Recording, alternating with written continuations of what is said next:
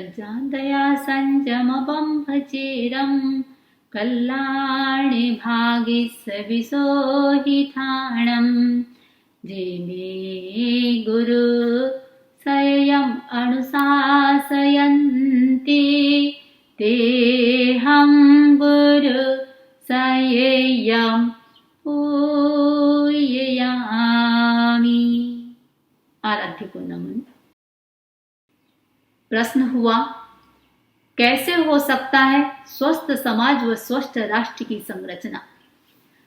समाज व राष्ट्र की स्वस्थता यानी समाज सुदृढ़ बने, सक्षम बने और हर दृष्टि से स्वस्थ बने, तो इसके लिए ये सोचा गया शिक्षा पद्धति जो किसी भी देश का निर्माण करती है उसको सुदृढ़ होना चाहिए। ब्रिटिश वालों ने क्या किया? जगह जगह अपनी स्कूलें खोल दी। क्यों? क्योंकि उन्होंने सोचा शिक्षा पद्धति ही लोगों को हमारी तरफ मुखरित करेगी। आज हर एक आम परिवार का बच्चा भी उनके पेरेंट्स चाहते हैं, माँ बाप चाहते हैं उन्हें हम कॉन्वेंट स्कूल में पढ़ाएं।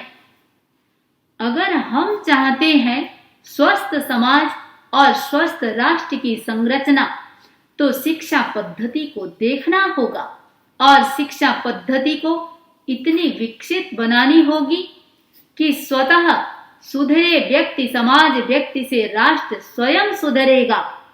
ये आवाज मुखर हो उठी। हम बोलते हैं हम देश के शिक्षित नागरिक हैं, तो हमारी उस शिक्षा का पर्पज क्या है? What am I? Am I a good doctor? Am I a good engineer? Am I a good chartered accountant? Am I a good professional? क्या मैं घर का पालन पोषण कर सकता हूँ? मेरे शिक्षा का लक्ष्य क्या है? What is the basic need of education? गणाधिपति ने शिक्षा पद्धति को देखा। अणुव्रत के माध्यम से जन जन में एक आंदोलन क्रांति की, तो उन्होंने नारी उत्थान के लिए नया मोड़ का प्रचलन किया। पॉलिटिशियन के लिए एक आचार संहिता दी, स्टूडेंट्स के लिए एक आचार संहिता दी। फिर उन्होंने सोचा कि अगर यह शिक्षा पद्धति जो है, जो आज की, वो बड़ी ही विकृत हो चुकी है। कैसे विकृत हो चुकी है? पहले गुरुकुल हुआ करते थे, वहां शिक्षा दी जाती थी, सबसे पहले उनको श्रम करवाया जाता था। आज का स्टूडेंट श्रम करना नहीं चाहता। पहले किसी भी अंक का गुणा भाग पूछते, फट देसी उनके मुंह से वो संख्या निकलती थी। 18 अठे कितना तुरंत निकलता था 144। बच्चे मेहनती नहीं होते हैं, वो यादाश्त उनकी बड़ी तेज होती थी। और आज के बच्चे क्या कर रहे हैं? मेहनत करना नहीं चाहते, वो व्हाइट कॉलर जॉब करना चाहते हैं, चेयर पे बैठ के मोबाइल हाथ पे लेके काम करना चाहते हैं। श्रम की चेतना लुप्त हो गई। सेवा भावना नहीं, समर्पण नहीं, धर्म नहीं, योग नहीं, शास्त्र नहीं। और पहले गुरुकुल में ये सिखाया जाता था, अगर वो क्षत्रिय है तो अस्त्र शस्त्र की विद्या दी जाती थी, ब्राह्मण है तो वेदों की विद्या दी जाती थी, वैश्य है तो व्यापार की विद्या दी जाती थी, आर्थिक जगत की विद्या दी जाती थी। धीरे धीरे गुरुकुल बदल गया। विद्यालयों में आज श्रम, सेवा, समर्पण, धर्म, शास्त्र, योग ये सारे गौण हो गए। लेकिन अब चालू क्या हो गया? इतिहास पढ़ाओ। इस देश का क्या इतिहास रहा है? कौन कब कब आकर इस देश पर शासन किया है? कैसे उन शासन से मुक्त हो पाए हैं? देश का इतिहास, देश का भूगोल, भाषा, हमें 2-3 भाषा आनी चाहिए, पाश्चात्य भाषा, व्याकरण, और फिर धीरे धीरे गणित शास्त्र और विज्ञान भी शामिल हो गए। फिर विद्यालय धीरे धीरे टेक्निकल इंस्टीट्यूट में हो गए, प्रोफेशनल डिग्रियां दी जाने लगी, सीए बन गए, डॉक्टर बन गए, MBA बन गए। और चौथा, धीरे धीरे इंस्टीट्यूट के बाद अब कैरियर ओरिएंटेड स्किल डेवलपमेंट इन पर फोकस हो गया। कैरियर ओरिएंटेड यानी क्या? जिससे कमाई कर सकी, पेट भर सकी, जीविका का अर्जन कर सकी, वही शिक्षा का उद्देश्य रह गया। क्यों? क्योंकि आज के युग को हम 5 बिंदुओं से बता सकते हैं। आज का युग बौद्धिक युग है, आज का युग वैज्ञानिक युग है, आज का युग आर्थिक युग है, आज का युग भौतिक युग है, आज का युग प्रतिस्पर्धा का युग है।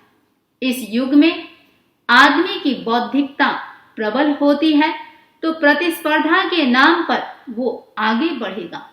वैज्ञानिक उपकरणों से नए नए संशोधन होंगे और उससे नए नए सुख सुविधा के साधन मिलेंगे। अर्थ का अर्जन होगा और पदार्थ की भोग वृत्ति होगी। तो इस युग के लिए जो शिक्षा जरूरत है वो शिक्षा हो गई कैरियर ओरिएंटेड। बौद्धिकता का विकास होने लग गया, बस यही शिक्षा हो गई। पुरानी श्रम, सेवा, समर्पण, धर्म, योग, शास्त्र ये सारे गौण हो गए। ऐसी स्थिति में देश का निर्माण कैसे होगा? समाज कैसे स्वस्थ होगा? न कहीं धर्म है, न योग है, न नैतिकता है। मानवीय मूल्यों का ह्रास हो गया।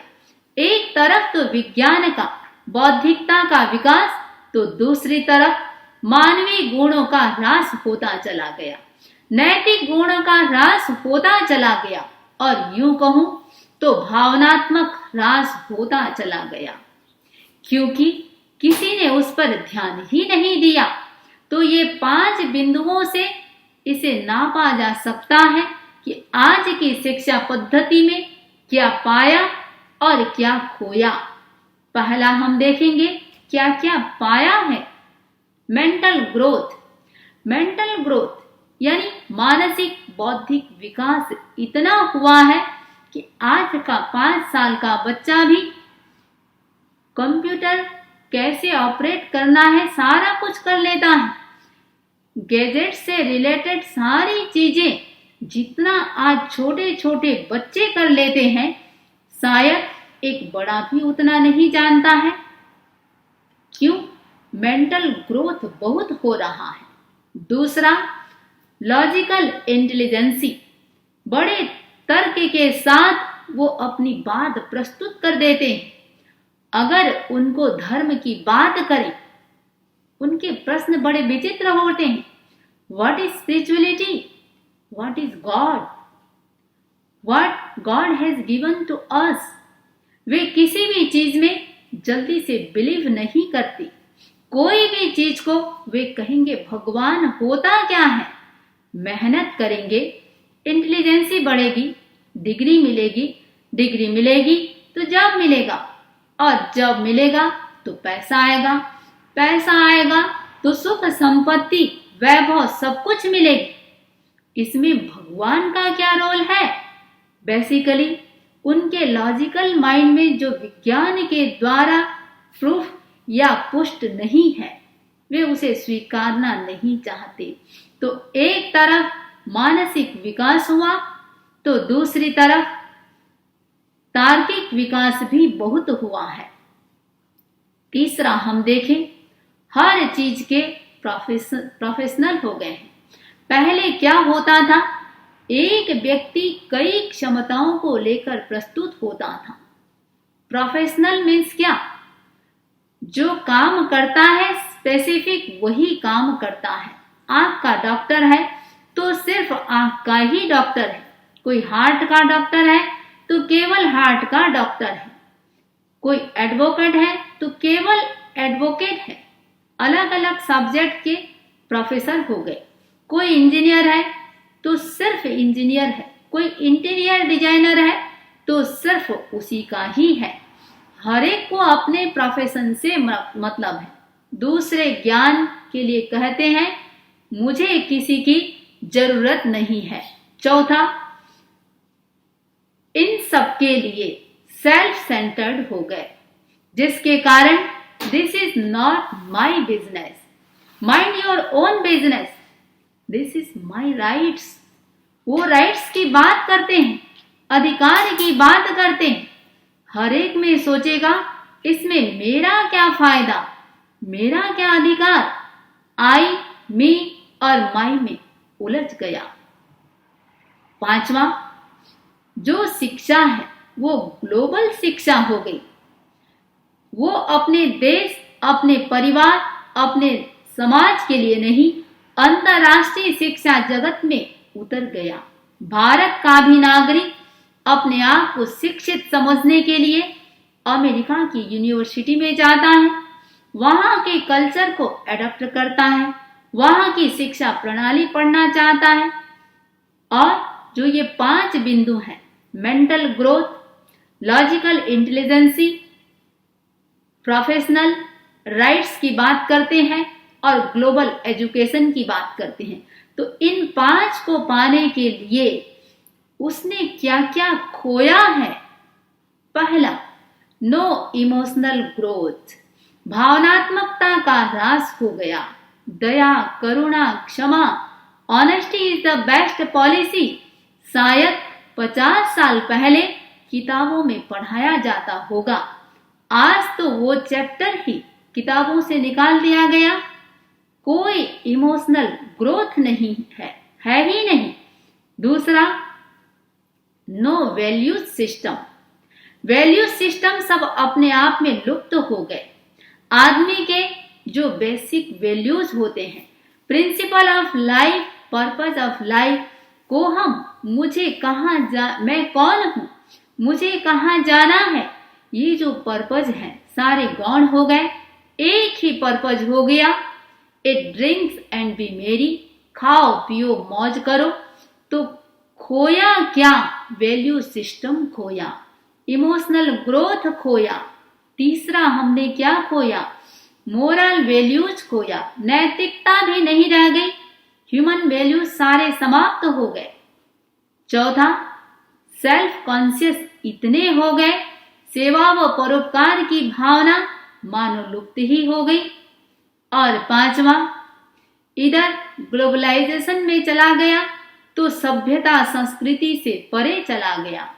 आज किसी भी पढ़े लिखे बच्चे में भारत की जो परंपराओं की संस्कृति मिलती आई है, इतने सालों की ऋषि मुनियों की तपस्या से जो मिलती आई है, वो सब गौण दिखाई दे रही है।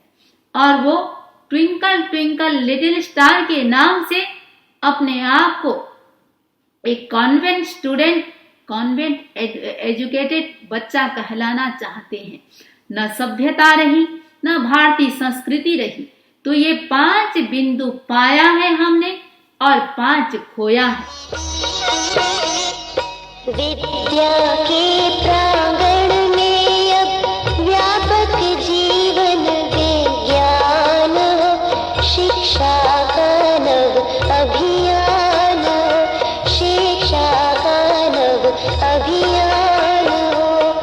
बौद्धिकता के सम्रांगण में भावों का सम्मान, शिक्षा का नव अभियान, शिक्षा का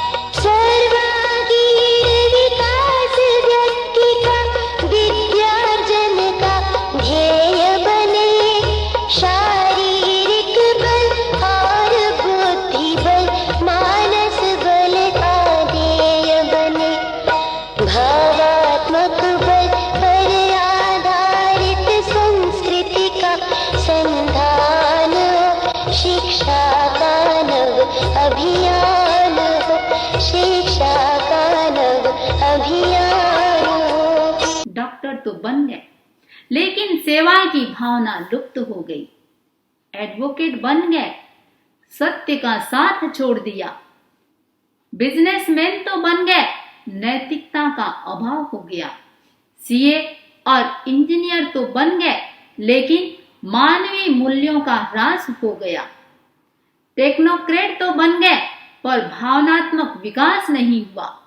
इस तरह एक तरफ कई चीजों का बढ़ा है तो दूसरी तरफ ह्रास भी हुआ है। जैसे दो बात है, लाइफ और लिविंग। लाइफ तो सबकी होती है, लेकिन quality living, peaceful living, purposeful living जीता तो एक कुत्ता भी है। आज का व्यक्ति इतना पढ़ा लिखा होने के बावजूद भी तनाव से ग्रस्त है। क्यों? क्योंकि उसका भावनात्मक विकास नहीं हुआ। वो डिप्रेशन में चला गया। परिवार के नाम से डिवोर्स होने लग गए। समाज के नाम से अहंकार का बोलबाला हो गया और राष्ट्र के नाम पर दलबंदियां चालू हो गई। ऐसे माहौल में कैसे होगा स्वस्थ राष्ट्र और स्वस्थ समाज की संरचना? यानी इसके लिए अगर कोई जिम्मेवार है तो वो है शिक्षा पद्धति, जो आदमी के मेंटल ग्रोथ को और बाकी फैक्टर्स को प्रभावित करती है, लेकिन उसमें कहीं भी भावनात्मक विकास, value system, moral values, human values, सेवा, सभ्यता, संस्कृति का नामो निशान भी नहीं है। और देश काल भाव के आधार पर भी आज के बच्चे का लेफ्ट ब्रेन इतना डेवलप हो गया है और दूसरी तरफ राइट ब्रेन, जिससे भावनात्मक विकास होता है, वो सुप्त होता चला गया। उसे विकास का कोई अवकाश नहीं मिलता। गीत के माध्यम से गणाधिपति आचार्य तुलसी ने सारी बात प्रस्तुत की कि आदमी के सामने हमें जरूरत है एक नए एजुकेशन सिस्टम की। शिक्षा का नया माहौल बने, शिक्षा का एक नया आयाम बने, शिक्षा का एक नया इंस्टीट्यूट बने, जहां केवल बौद्धिक शिक्षा न दी जाती हो, जहां सिर्फ कैरियर ओरिएंटेड शिक्षा न दी जाती हो, लेकिन मनुष्य का सर्वांगीण विकास हो। उन्होंने कल्पना की स्वस्थ समाज और स्वस्थ राष्ट्र के लिए व्यक्ति का सर्वांगीण विकास होना चाहिए। लेफ्ट ब्रेन और राइट ब्रेन दोनों संतुलित रूप से विकसित हो, समान रूप से विकास हो दोनों का। बौद्धिक है, बहुत अच्छी बात है। तार्किक है, यह भी अच्छी बात है। अर्थ भी कमा सकता है, बहुत अच्छी बात है।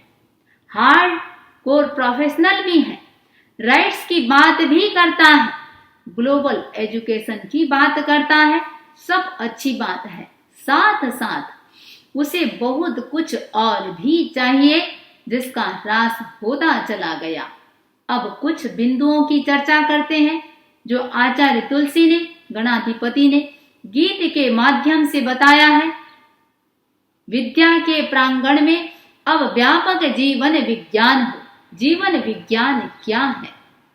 Science of living. लाइफ तो सब जीते हैं, लिविंग आज स्ट्रेसफुल हो गई है, लिविंग पर्पजलेस हो गई है, लिविंग एमलेस हो गई है। आदमी दौड़ता जा रहा है, दौड़ता रहता है, क्या कर रहा है कुछ पता नहीं उसे खुद को हम शब्द तो लुप्त हो गया। तो उस लिविंग को हम कैसे आर्टफुल लिविंग बनाए, कैसे पीसफुल लिविंग बनाए, उस लिविंग को कैसे हम पर्पसफुल लिविंग बनाए, उस लिविंग को कैसे हम प्रोडक्टिव लिविंग बनाए, ये सब बनाने के लिए इसको राइट काइंड ऑफ क्वालिटी के लिए साइंस ऑफ लिविंग, जीवन विज्ञान, एक नया आयाम प्रस्तुत किया, एक शिक्षा पद्धति प्रस्तुत की, जिसका नाम दिया जीवन विज्ञान। ये विज्ञान क्या है? जीने की कला है। यह विज्ञान जीने का विज्ञान है जिसमें मनुष्य सर्वांगीण विकास कर सके। तो इसमें लिखा है विद्या के प्रांगण में अब व्यापक जीवन विज्ञान हो। पहले गुरुकुल हुआ करता था, अब यूनिवर्सिटी हो गई, पॉलिटेक्निक ऑफ इंस्टीट्यूट हो गए। तो ये सारे प्रांगण यानी जहां सारे टेक्निक दिए जाते हैं, इसमें व्यापक जीवन विज्ञान हो, यानी जो हमको स्किल डेवलपमेंट की बात कही जा रही है, एक प्रोफेशनल की बात की जाती है, कैरियर ओरिएंटेड की बात की जाती है। कैरियर के साथ साथ आदमी जहां अपना कैरियर का डेवलप करेगा, उसके साथ उसका दायरा थोड़ा और व्यापक बने, उसमें समावेश हो जीवन कैसे जिया जाए, कैसे जिए। जब तक ये नहीं मालूम क्यों जी रहे हैं, कैसे जी रहे हैं, जीने का पर्पज क्या है और जीवन को कैसे खुशहाल बना सके, तो डॉक्टर बन के क्या करेंगे, इंजीनियर बन के क्या करेंगे। तो पहली लाइन में सुंदर कहा विद्या के प्रांगण में अब व्यापक जीवन विज्ञान हो, शिक्षा का नव अभियान हो। यानी शिक्षा जो गुरुकुल से यूनिवर्सिटी तक आई है, इसका जो करिकुलम है उसकी प्रणाली चेंज करनी पड़ेगी, क्योंकि शिक्षा का ऑब्जेक्टिव चेंज हो गया। आगे बड़ी सुंदर बात कहे हैं, बौद्धिकता के समरांगण में भावों का सम्मान हो। तो बौद्धिकता के समरांगण में भावों का सम्मान हो, भावों का सम्मान बौद्धिकता के समरांगण में। इसको भी गणाधिपति तुलसी ने कितनी बड़ी बात कह दी। ये बौद्धिकता क्या है, सम्रांगण की उपमा दे दी, युद्ध क्षेत्र बता दिया। एक दूसरे के सारे के सारे लोग कंपटीशन में लगे हुए हैं, मार्क कैसे ज्यादा आए, मनुष्य नहीं मानो सारे के सारे मशीन ही बन गए हों, तो मार्क लेने की मशीन बन गए हों। तो आचार्य श्री कह रहे हैं ऐसी स्थिति में भावों का सम्मान हो, इमोशंस सही नहीं तो मस्तिष्क संतुलित नहीं रह सकता। वो ज्ञानी जितनी क्षति पहुंचाएगा, जिसका मस्तिष्क संतुलित नहीं है, उससे तो भला अज्ञानी है। कुबुद्धि वाला जो क्षति पहुंचाएगा, उससे तो अनपढ़ भला है। तो कहा गया कि क्या करना है, सर्वांगीण विकास कैसे हो, वो बात कह रहे हैं। तो हमारा लेफ्ट ब्रेन जो बौद्धिकता का विकास करता है, उस समरांगण में भावों का सम्मान हो, यानी भावनात्मक विकास के बिना सर्वांगीण विकास संभव नहीं है। अतः सर्वांगीण विकास ही विद्या अर्जन का ध्येय बने, लक्ष्य बने, लक्ष्य बने। What the purpose of education, what's the end of education, we are getting literature for what, not just for learning living. हमारी पर्सनैलिटी पहले PQ में हुआ करती थी, फिर उसके बाद IQ में होने लगा और अब EQ। जब तक उसमें भावना की फूट नहीं होगी, दया, धर्म, करुणा, स्नेह, मैत्री, इन सब का अगर फूट नहीं होगा, वो डॉक्टर डॉक्टर नहीं, वो इंजीनियर इंजीनियर नहीं, क्योंकि उसका विकास एकांगी है। एकांगी विकास वाला व्यक्ति, सांप सीढ़ी आप लोग खेलते हैं, जानते हैं सांप सीढ़ी। सांप सीढ़ी में होता क्या है, ऊपर चढ़ने के बाद सांप नीचे पहुंचा देता है। तो सांप सीढ़ी खेल की तरह ऊपर से नीचे इंसान गिरता है, तो वैसे ही नीचे गिरता है जैसे खेल में गिरता है। तो सर्वांगीण विकास के बिना इंसान ऊपर तो चला जाता है, लेकिन साथ में नीचे भी गिरता है। शारीरिक बल, बुद्धि बल, मानस बल आधे बने, यानी फिजिकल स्ट्रेंथ तो चाहिए ही चाहिए। फिजिकल स्ट्रेंथ, पुरुषार्थ की बात आ रही है कि हम हार्ड वर्क करें। पहले गुरुकुल में राजकुमार राजघराने से भी यदि विद्यार्थी पढ़ने के लिए आते थे तो उनसे मेहनत करवाई जाती थी, पुरुषार्थ करवाया जाता था। आज छोटे छोटे बालक को भी श्रम करना नहीं चाहते, कैलकुलेटर चाहिए, कंप्यूटर चाहिए, पुरुषार्थ समाप्त हो गया। बुद्धि बल यानी इंटेलिजेंस तो है ही, और मानस बल मेमोरी की बात आती है। ये तीन, शरीर बल, बुद्धि बल और मानस बल, ये तो आदेय है ही। इनकी उपेक्षा की बात गणाधिपति नहीं कह रहे हैं। इनके साथ साथ भावनात्मक विकास हो, भावात्मक बल पर आधारित संस्कृति का संधान हो। सभ्यता और संस्कृति ये दूर चले गए हैं, तो सभ्यता और संस्कृति कैसे उठें, कैसे बैठें, कैसे बड़ों का सम्मान करें? क्या हमारी सभ्यता हो, क्या हमारी संस्कृति हो? अतिथि देवो भव, गुरु को प्रणाम करना, बड़ों को प्रणाम करना, बड़ों का आशीर्वाद, ये सारी हमारी संस्कृति है। तो सभ्यता और संस्कृति जो गौण हो गई है, अब उसका संधान करना है। विनम्रता, ये जो संस्कृति है ये भी गौण हो गई है, तो संस्कृति लुप्त हो गई है, संस्कृति वापस आ जाए, पुनः उसका अनुसंधान हो। तो इमोशनल डेवलपमेंट के साथ साथ कल्चरल डेवलपमेंट भी हो, क्योंकि बोलते हैं जब तक चरित्र का विकास नहीं होगा, संस्कृति का विकास नहीं होगा, जीवन में संस्कृति व सभ्यता नहीं उभरेगी, तब तक कोरा विज्ञान आदमी के विकास को एकांगी बना देता है। तो इन पंक्तियों में 4 बातें प्रमुख रूप से आ गई। नई शिक्षा पद्धति में भावों का सम्मान हो। क्यों?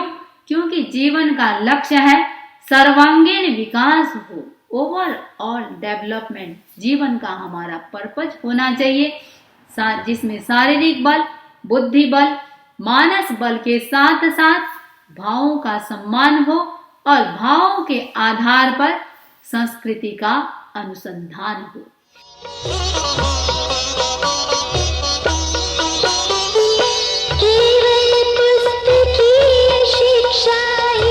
जीवन में पर्याप्त नहीं, आसेवन के द्वारा वह आचरणों में व्याप्त नहीं। केवल पुस्तकीय शिक्षा ही जीवन में पर्याप्त नहीं, आसेवन के द्वारा आचरणों में व्यक्त नहीं।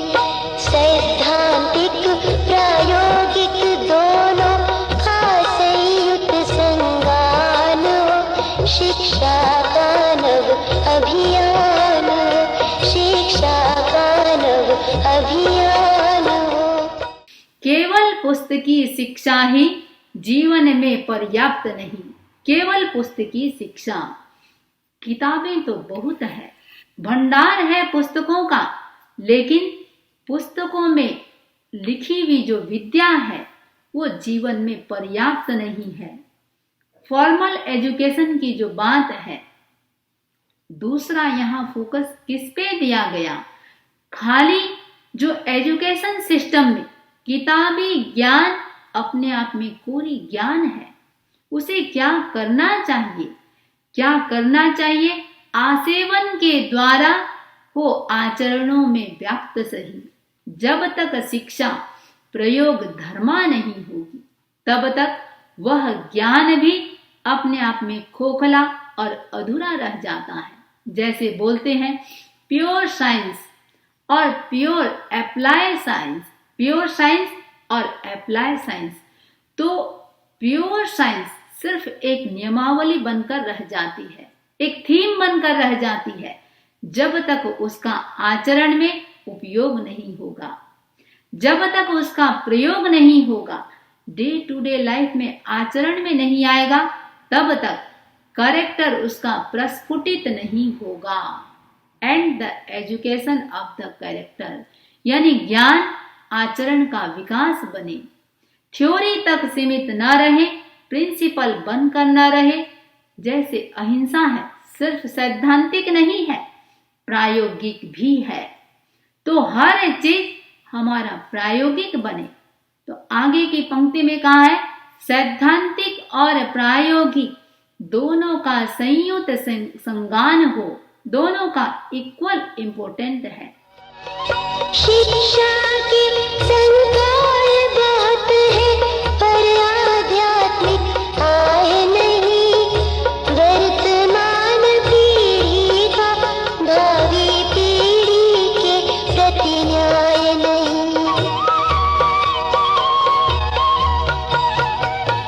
शिक्षा की संकाय बहुत है, पर आध्यात्मिक आय नहीं।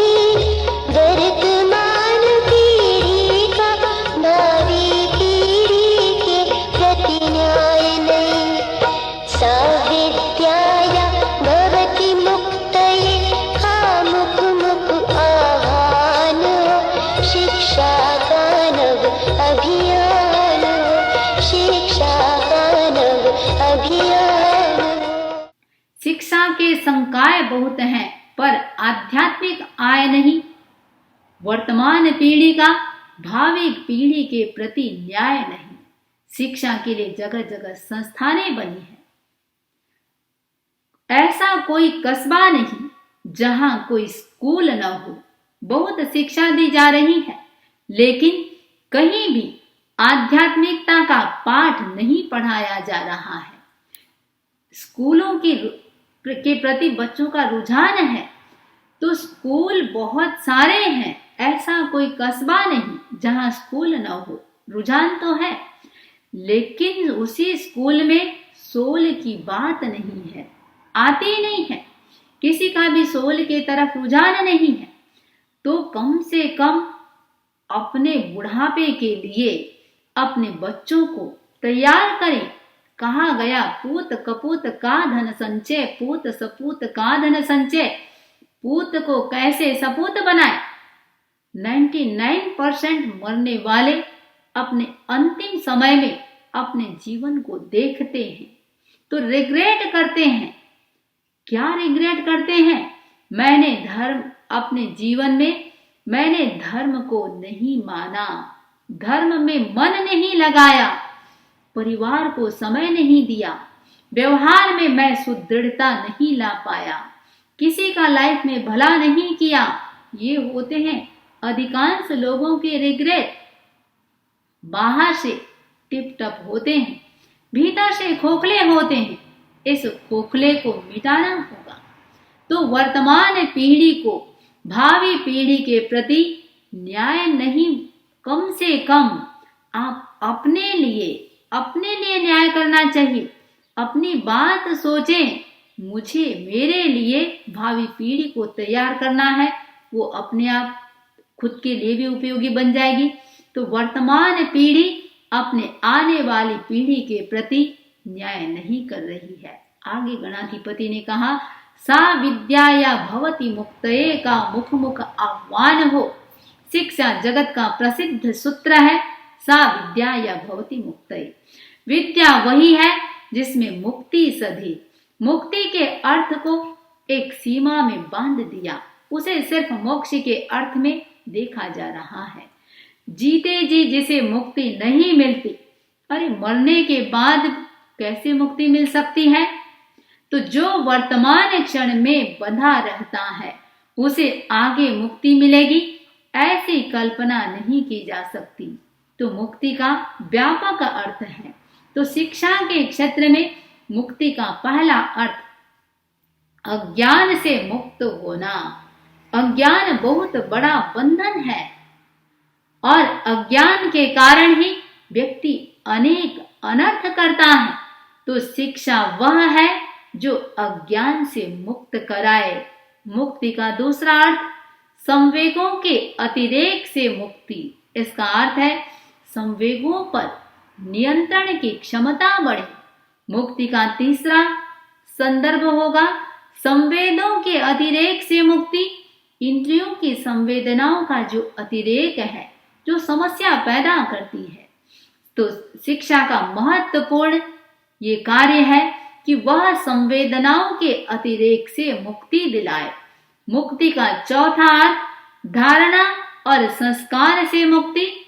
व्यक्ति धारणाओं और अर्जित संस्कारों के कारण दुख पाता है, तो शिक्षा का कार्य है वह इनसे मुक्ति दिलाए। मुक्ति का पांचवा अर्थ निषेधात्मक भावों से मुक्ति। तो निषेधात्मक भावों से मुक्ति, व्यक्ति का नेगेटिव एटीट्यूड समस्या पैदा कर रहा है। वास्तव में विद्या वही होती है जो मुक्ति के लिए होती है, जिससे मुक्ति सधती है। तो गीत में यही कहा, सा विद्या या भवति मुक्तये, ये मुख मुख पर आह्वान हो। प्रामाणिकता, क्षमा, समन्वय लोकतंत्र के प्राण है। करुणा से है अस्तित्व संतुलन, मानवता के प्राण है।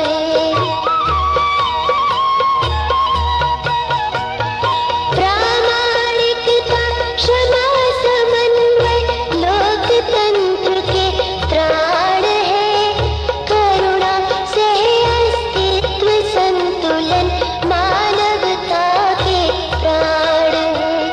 मूल्य परक शिक्षा के द्वारा जन जन का निर्माण हो। शिक्षा का नव अभियान हो। शिक्षा का नव अभियान हो।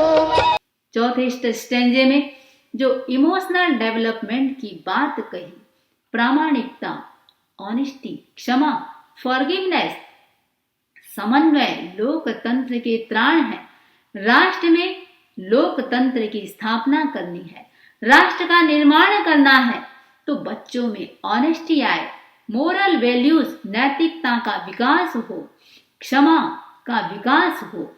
क्योंकि जीवन में जब तक ये सारी चीजें नहीं आएगी, व्यक्ति हिंसक बनेगा, आक्रामक बनेगा, एक दूसरे के प्रति द्वेष की भावना लेकर आगे बढ़ेगा। समन्वय, करुणा, सह अस्तित्व, को एग्जिस्टेंस, ये सारे मानवता के प्राण हैं, ये सारे की सारे ह्यूमन वैल्यूज हैं। तो मूल्य परक शिक्षा के द्वारा जन जन का निर्माण हो, यानी वैल्यूज बेस्ड एजुकेशन, ऐसा एजुकेशन जिसकी कोई वैल्यूज नहीं है। अकबर बाबर का पिता था या बाबर अकबर का पिता था, इसकी कोई वैल्यू नहीं, यानी इतिहास अपने आप में गौण होता चला गया। गंगा गंगोत्री से निकलती है या प्रयाग से निकलकर कहीं और जाती है, इसका भी कोई महत्व नहीं है। एजुकेशन कैसा हो? वैल्यू बेस्ड हो, जो जीवन का विकास करे। मूल्य परक शिक्षा के द्वारा जन जन का निर्माण हो, यानी development of our personality should be based on values, जिसको बोलते हैं वैल्यू एडिशन। अगर हमारे जीवन का वैल्यू एडिशन नहीं है तो to the nation, to the society, to the Sangh, to the family, to the self, इन सब के लिए, परिवार के लिए, राष्ट्र के लिए, संघ के लिए, समाज के लिए अगर वैल्यू नहीं है तो जीने का कोई मतलब नहीं है। वो जीवन भी अपने आप में खोखला जीवन है। आचार संहिता मंजिल है, आदर्श है। दीक्षा ध्यान साधना से हो जाता उसका स्पर्श है। अणुव्रत की आचार संहिता मंजिल है, आदर्श है।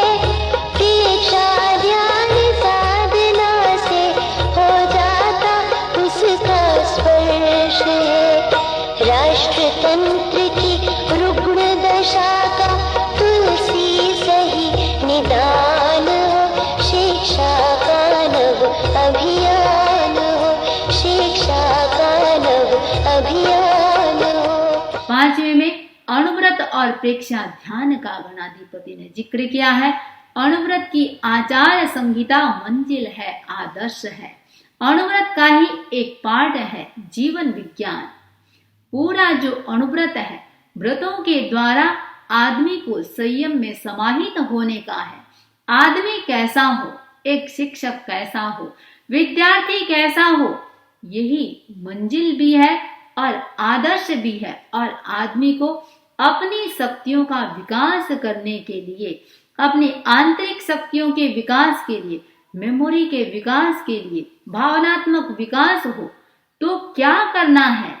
तो अनुप्रेक्षाओं के द्वारा, प्रेक्षा ध्यान के अलग अलग प्रयोगों के द्वारा, प्रेक्षा ध्यान के अलग अलग चरणों के द्वारा उसे जाना जा सकता है। तो राष्ट्र तंत्र की रुग्ण दशा का तुलसी सही निदान हो।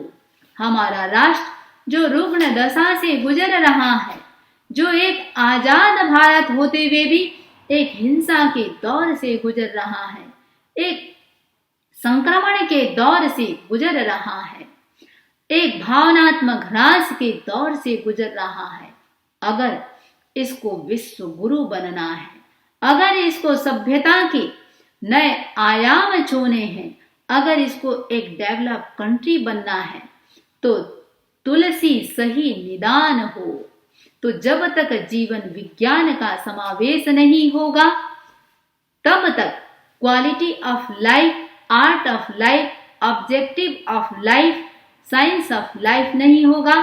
तब तक हम सिर्फ कोरे के कोरे बोझा ढोने वाले मजदूर रह जाएंगे और हमारा विकास अपने आप में विकास नहीं, ह्रास कहलाएगा। तो आज जीवन विज्ञान का दिवस है। मैं कहना चाहूंगी, इस जीवन विज्ञान से कोई भी वंचित ना रहे। जिनकी अपनी स्कूलें हैं, आप स्कूलों में जीवन विज्ञान अवश्य लागू करें। आपके बच्चे स्कूल से जब निकलेंगे, निखर कर निकलेंगे। स्कूल के चार चांद लगेंगे जब आचार्य तुलसी ने इतना सरल करके ये सारा परोस दिया है। तो भला आपके व स्कूल के उत्थान में साथ साथ राष्ट्र का उत्थान होगा। आपको स्वयं को आत्मतोष होगा, संघ के प्रति सेवा होगी, गुरु के प्रति भक्ति होगी। इतने सारे क्वालिटी, यानी एक पंथ अनेक काज, एक तीर कई निशाने, ऐसे जीवन विज्ञान में आप भी निष्णात बने, बच्चों को भी निष्णात बनाए, तभी इस दिवस को मनाने की सार्थकता होगी। इन्हीं भावों के साथ ओम अरहम, ओम अरहम। विद्या के प्रांगण में अब व्यापक जीवन विज्ञान, शिक्षा का नव अभियान, शिक्षा का नव अभियान। बौद्धिकता के संग्रांगण में भावों का सम्मान, शिक्षा का नव अभियान, शिक्षा का नव अभियान, शिक्षा का नव अभियान।